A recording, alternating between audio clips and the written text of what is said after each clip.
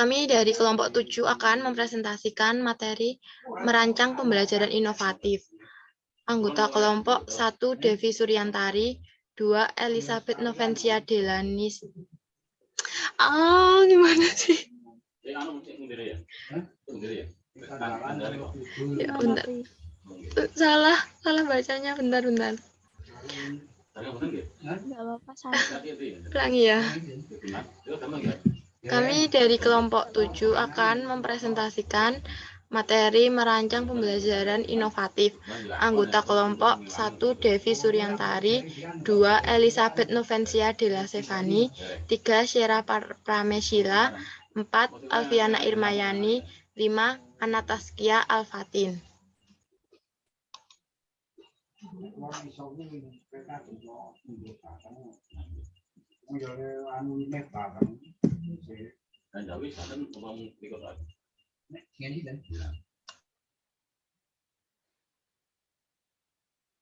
Yaitu pengertian rancangan pembelajaran inovatif. Menurut Smith dan Regan pada tahun 1999, rancangan pembelajaran adalah proses sistematis dalam mengartikan prinsip pembelajaran ke dalam pedoman untuk bahan dan aktivitas pembelajaran. Adapun menurut Ganne-Briggs dan Weger tahun 1992, rancangan pembelajaran adalah penyiapan kondisi eksternal peserta didik. Secara sistematis yang digunakan pendekatan sistem guna meningkatkan mutu kinerjanya. Sejalan dengan itu, Fraser tahun 2002 mengatakan bahwa desain pembelajaran berbentuk rangkaian prosedur sebagai sesuatu sistem untuk pengembangan program pendidikan dan pelatihan secara konsisten dan teruji.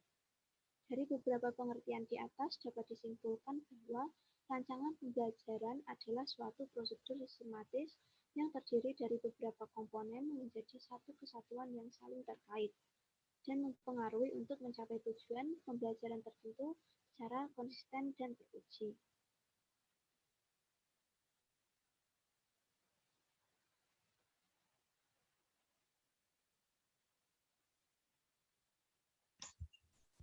Pengertian rancangan pembelajaran inovatif.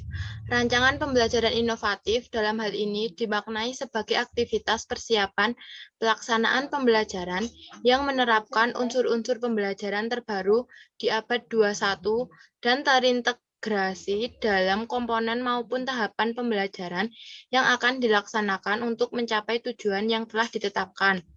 Unsur pembelajaran terbaru yang dimaksud adalah TPACK atau Technological Pedagogical Content Knowledge, STEAM atau Science, Technology, Engineering, Arts, and Mathematics, HOTS, Higher Order Thinking Skills.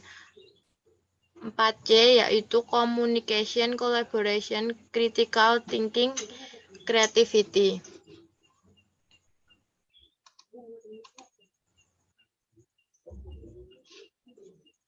Yang selanjutnya yaitu karakteristik rancangan pembelajaran inovatif. Selanjutnya, yang pertama yaitu kolaborasi peserta didik dan guru. Yang pertama, pembelajaran yang tidak berpusat pada informasi guru semata, tetapi lebih menerapkan sesuai pembeda karakter, kebutuhan, dan setting yang mengingkarinya. Ciri rancangan pembelajaran yang berpusat pada peserta didik maupun kolaboratif biasanya tampak pada komponen tujuan, pilihan strategi pembelajaran, langkah kegiatan pembelajaran dalam RPP.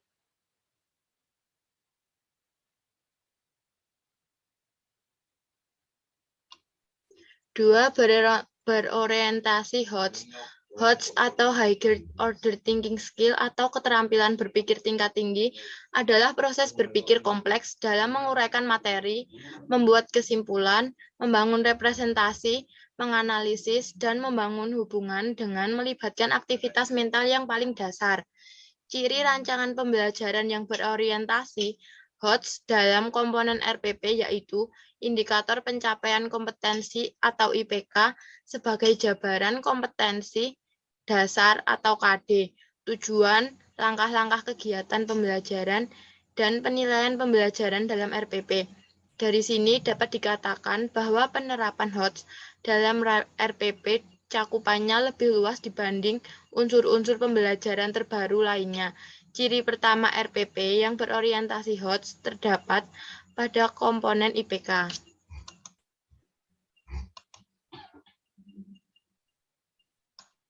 Yang ketiga yaitu mengintegrasikan teknologi informasi dan komunikasi atau ITC.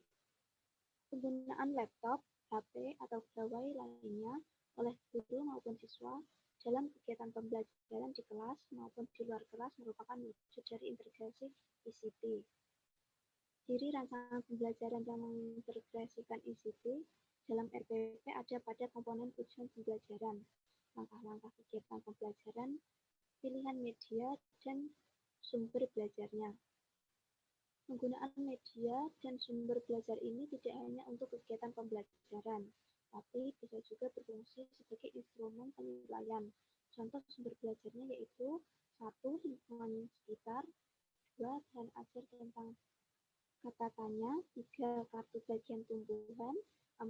Kartu fungsi bagian tumbuhan, LCD dan laptop, 6. Google Form untuk kuis atau jawab soal.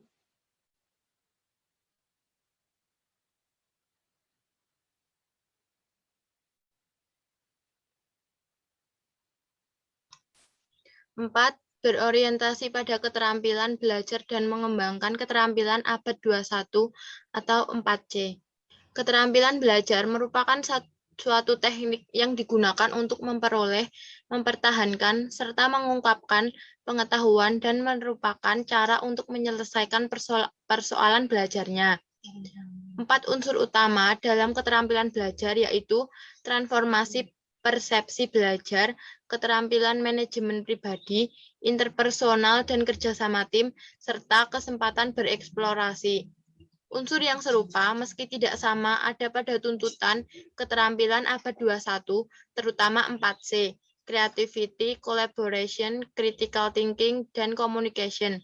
Untuk mewujudkan dua hal di atas, guru dapat menerapkan model, pendekatan, dan metode pembelajaran yang tepat dalam RPP. 5. Mengembangkan literasi. 6. Literasi dasar tersebut mencakup literasi baca tulis, literasi numerasi, literasi sains, literasi digital, literasi finansial, dan literasi budaya dan kewarganegaraan menurut Mendikbud tahun 2017.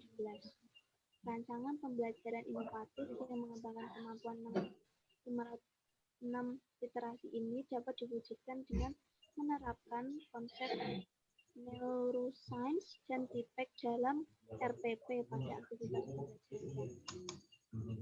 6. Penguatan pendidikan karakter atau PPK. PPK bersumber dari Pancasila, yaitu religiusitas, nasionalisme, integritas atau kejujuran, kemandirian, dan gotong royong. PPK dapat dicapai melalui aktivitas berbasis kelas, berbasis budaya sekolah, dan berbasis masyarakat.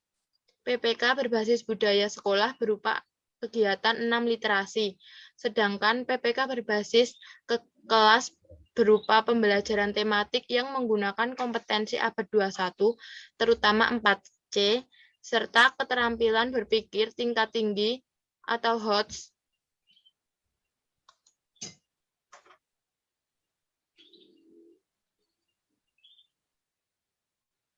Itu yang terakhir adalah penyusunan rancangan pembelajaran inovatif.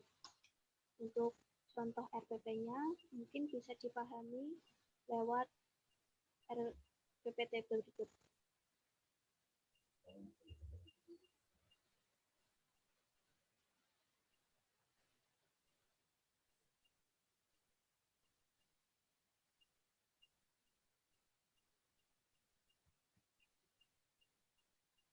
RPP juga bisa dipahami dan dilihat di dalam makalah yang sudah disediakan.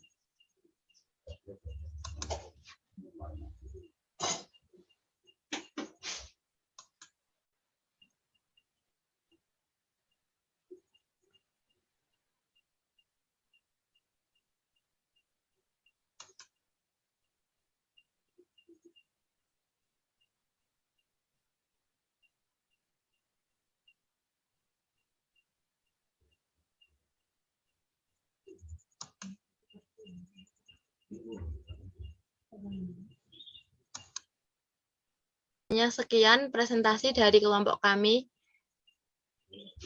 Terima kasih.